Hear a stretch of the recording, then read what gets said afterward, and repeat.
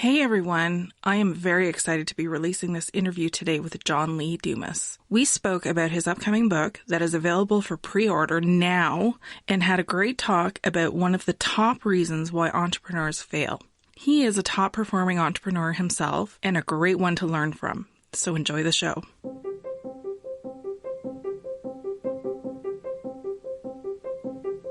Welcome to the Think Like a CFO podcast, where we dig into not only what it takes to start a business, but to keep your business thriving for years to come using my signature CFO Money Method framework. I'm your host, Melissa Houston, and I am a CPA and business financial coach. I have over 20 years of experience in business, and it is my passion to share my knowledge of business finance and personal finance with other women. You can also follow me with my column at Forbes.com or my column with Entrepreneur.com. John Lee Dumas is the founder and host of the award-winning podcast Entrepreneurs on Fire. With over 1 million monthly listens and 7 figures of annual revenue, JLD is spreading entrepreneurial fire on a global scale. His first traditionally published book, The Common Path to Uncommon Success, is available for pre-order now at uncommonsuccessbook.com. Hey, John Lee Dumas, welcome to the Think Like a CFO podcast. Hey, I'm fired up to be here. Thank you so much for having me. I am so happy to have you. So Think Like a CFO is a podcast where we speak to entrepreneurs about managing their business and their personal finances. Now, what I love about you is that you have an income report that you offer your listeners on your podcast. You do that monthly, I believe, correct? We've just done it now for the 90th month in a row. That is awesome. So I'm curious, what prompted you to start sharing this information with others? You know, money's an interesting thing, to be honest. A lot of people have a hard time. They have money issues, which I get. Money can be a very personal thing for a lot of individuals. And for me, back in 2012, I was trying to figure out, can I do this online internet thing? And, I came from a very traditional background. I was in the Army for 8 years. I went to law school, corporate finance. So I was very traditional. And frankly, I thought you had to be like slimy and scammy to like make money online. I mean, I was wrong, but that was my thinking. And I came across this guy, Pat Flynn, Smart Passive Income, and he was publishing his income reports. And I was just like, here's a good guy, like a really awesome family guy providing value, making money. And I said to myself at that moment, if I ever get to a point where I'm actually making money online, I want to give the kind of hope and inspiration and insight and transparency that Pat's giving to me right now to other individuals. So that was the day I committed to doing it. It took me a while to start making money online, but once I did, that's the process and the steps that I took. Now, I think I read somewhere that when you were in the military, you actually focused on finance. Is that correct? Yes, I was actually in grad school getting my master's in finance while I was in the Army. Okay, so then I'm sure that the skills that you learned through that has really helped you along in your business as well. Oh, big time. It has been so huge for me. Like that finance degree was so meaningful. It helped me get my job at John Hancock in corporate finance, where again, I learned even more about finances, and it just set me up for success to really learn and understand the meaning of like keeping the money you make as a business owner. Like it changed everything. Do you think that entrepreneurs are paying enough attention to their business finances? None are. Like literally 0.1% are. So the 99.9% that aren't, they're not. And it's sad because listen, entrepreneurs work so hard. They're such hard workers and they're working hard in the right areas, but they're coming up short because now when you just don't do the financial side of your business correctly, it's almost like all of your work is just, it's not less meaningful by any stretch, but it's less profitable. And there's a lot of people I can tell you whose heart would break if you literally handed them what they made per hour because of how they don't take care of their finances. And because this is how much money they're actually keeping at the end of the year, it would break their hearts because they see hundreds of thousands of dollars coming in or whatever the numbers are that are coming in. And then their bank account just doesn't move and they just don't really know why. It's just like always there, stagnant. And there's a reason why. Absolutely. Like I always try to teach my clients, it's not about the revenue that you're bringing in. Revenue numbers, high revenue numbers are fantastic. But if you're not making profit on these launches or or whatever it is that you're selling, then you've got a problem and you don't have a business that will be sustainable if there's no profit there. Yeah. I mean, like I like to say to people a lot of times, and they're like, don't you want to become an 8-figure business? And I'm like, would I rather keep 80% of $3 million or keep 10% of $10 million? And it's an easy math question. And literally it comes down to that, because if you're not careful, as you grow bigger and bigger and bigger and get more excited, it's like there's more costs with your team. And now you're having all these ads and these infrastructures and this and that and your tax bill and all these different things. And at the end of the day, it's like you're working maybe 10 times as hard for maybe nothing more, sometimes maybe less. Exactly. No, I completely agree with that. You're known to be one of the absolute hardest working entrepreneurs in the business. Can you tell me, I mean, with your success level, it shocks people that you still work so hard. What is it that keeps you motivated? I also like to be clear with people because I do have that reputation, and that may have been true at one point. Like when I was getting Entrepreneurs on Fire off the ground, the first daily podcast interviewing entrepreneurs, which took years, I was unbelievably hardworking, like day in, day out. I grinded it out and I built it to what it is today. But now here we are talking a decade later. And I'm going to be honest with you. I may still have that reputation. It's not a warranted one anymore. I work 5 days per month right now. Now, I want to be clear. I want to be clear about a couple of things. Number one, as you and I are talking, I'm in book launch mode. So that's all out the window. I'm 100% sprinting for these 2 months of my book launch. Things will go back to quote unquote normal after my book launch. But when I'm not in this book launch sprint that I'm in right now, and this has gone for the past multiple years, I work harder or at least as hard as anybody in the business 5 days per month. My 5 days per month would make people's head pop off. I'm talking, I'm doing 8 interviews for Entrepreneurs on Fire in one day. I'm doing 20 interviews on other shows in one day. And then the other 3 days, I'm doing unbelievable amounts of work in that day. My schedule is jam-packed from morning to night, 5 days per month. The other 25 days per month, and this is true, I work a couple hours doing email maintenance, communications, social media this, social media that, and I'm done. Like a couple hours a day for the other 25 days per month. Now, again, I had that season of my life where I worked unbelievably hard and smart. And then the next season of my life where I worked quite hard and quite smart. And now I'm at a place where I work super hard in very small batches, super hard, and then very little for the rest. That's where I'm at now. This is the season of my life that I'm in. And hey, guess what? Maybe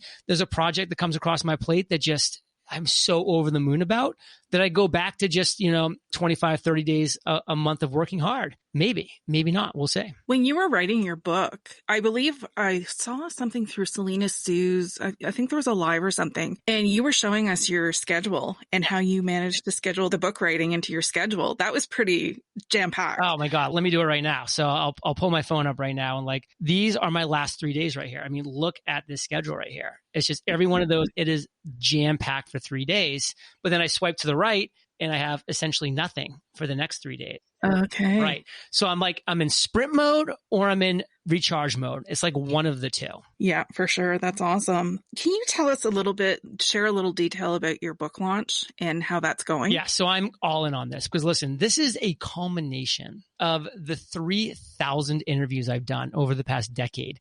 Since 2012, I've run Entrepreneurs on Fire, a daily podcast interviewing successful entrepreneurs. I've been the mentee to those mentors for 10 years. I've learned so much from them. I've obviously applied it to my business, which is why Entrepreneurs on Fire has been a multi-million-dollar a year business for 8 years in a row now. And I finally said, you know what? I get essentially the same 10 questions from my audience every single day. There are different varying questions, but they're essentially the same 10 questions. I need to write the definitive answer that I can just hand to people because I can't answer people individually. There's no time in the world for that. And so I finally said, it is time.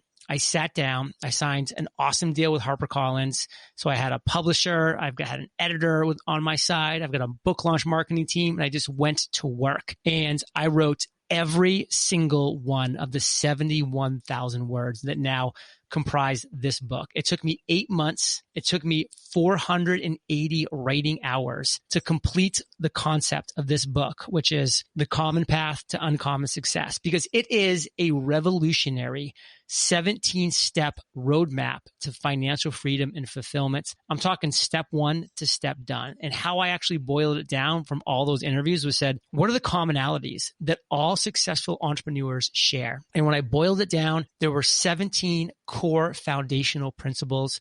I put those principles in a chronological order, and that is the 17-step roadmap. And this is the book that I know is going to change so many people's lives that get the book, read the book, apply its principles, and get to their version of financial freedom and fulfillment. The book comes out on March 23rd. So that's why I told you I'm in crazy book promotion launch right now mode. Like I'm on everybody's podcast that will take me. I'm going back to back to back. You know, I mean, it's just been a blast because I love talking about this content. I love talking to great individuals like yourself, which is one reason why I started a podcast, because I wanted to surround myself with successful, like-minded, inspiring people.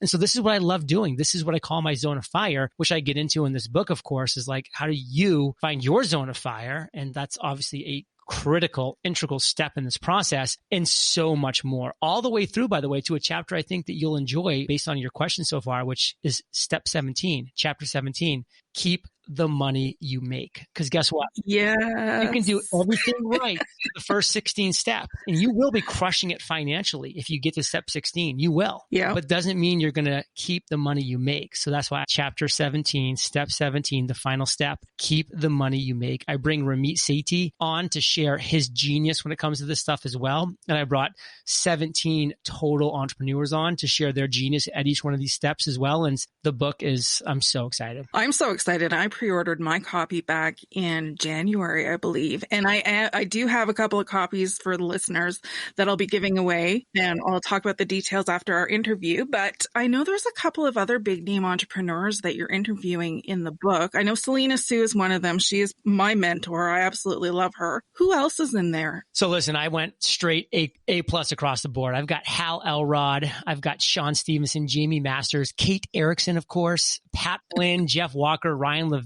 Omar and Nicole Zenholm, Russell Brunson, Stu McLaren, Billie Jean, Amy Porterfield, Jill Stanton, Ramit Sethi. I mean, I just went. That is quite an impressive lineup. Did all the asks, and their contribution to each one of these steps is fantastic.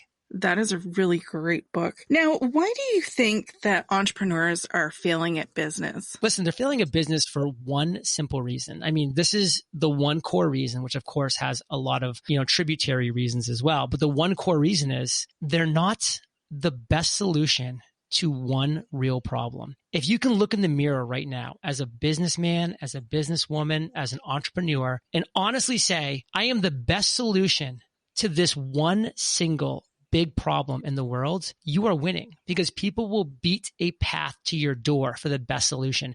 They don't want the second best. They don't want the 10th best. And everybody in this world right now is launching a weak, pale imitation of somebody else, and they're failing as a result. But that's what this book will shake you out of. It's going to get you to potentially the first time in your life to identify your big idea, to live in your zone of fire, to niche down until you can honestly look yourself in the mirror. And this is a great place to be in life, a great goal to have, and say to yourself, I have the best solution to this specific real problem in the world. People will beat a path to my doorstep, and they will. You believe that? I know it. I've seen it. Okay, that's awesome. Do you have any advice or any parting words of wisdom for any listeners that are tuning in right now? I do. Listen, this quote changed everything for me back in 2012. Albert Einstein, try not to become a person of success, but rather a person of value. That's where I was failing. I wasn't being a person of value back in 2012, but that planted the idea to become a person of value. I launched the first daily podcast interviewing entrepreneurs. So to my point, I was the best solution to a real problem. I was the best daily podcast interviewing entrepreneurs. I was also the worst, but I was the only. And that's just as good, believe me, which I get into, of course, in the book. So become a person of value. You have to do it. And if you want to join your fearless leader here and get your hands on a copy of this book, The Common Path to Uncommon Success, don't wait. pre-order because we have 5 insane bonuses. Just one of them, I'm shipping all 3 of my journals. All 3 of my journals are coming to your door. It's amazing. Pre-order this book in the United States. If you're outside, I'm emailing you the beautiful digital packs immediately. There's 4 other insane bonuses as well. The endorsements from Seth Godin, Gary Vaynerchuk, Neil Patel, Erica Mandy, Dory Clark. They're all at this following URL, as well as the first chapter, a video of me jumping in the pool with all my clothes on, then describing the book, plus some other awesome things. All the bonuses, like I said, detailed out. UncommonSuccessBook.com. UncommonSuccessBook.com. Get over there, pre-order, make it happen. Awesome. I cannot thank you enough for coming on this episode. Well, you heard it here. That was an amazing interview with John Lee Dumas of Entrepreneur on Fire. If you haven't pre-ordered a copy of his book yet, I highly recommend it. I will leave the links to his podcast and the link to pre-order his book in the show notes. But as I mentioned in the interview, I do have a few copies of the book that I'm giving away for free. Here's the contest rules to win your free copy of the Common Path to Uncommon Success book written by John Lee Dumas himself. All you have to do now that you've listened to the show is subscribe to the Think Like a CFO podcast, leave a review, take a screenshot of that review, and post it to Instagram and tag me at Melissa Houston CPA. The winners of a fresh new copy of The Common Path to Uncommon Success will be contacted on March 23rd. This is such a great book filled with essential entrepreneurial information and filled with great interviews and excerpts from Ramit Sethi, Selena Sue, Kate Erickson, and so many more successful entrepreneurs that have created thriving businesses. Again, make sure you enter your name in the contest to win a John Lee Dumas new book, The Common Path to Uncommon Success, by subscribing to the podcast, reviewing, and sharing your review on Instagram while tagging me at Melissa Houston CPA. Good luck in the contest. Thanks for listening to the Think Like a CFO podcast with Melissa Houston CPA. If you've enjoyed this episode, leave us a review. Your ratings and reviews help more people like you find our podcast. Don't forget to hit subscribe and share this episode with someone you think would love it. Until next time, I'm Melissa Houston, and remember, nobody will ever care about your business as much as you do. So never give your financial power away.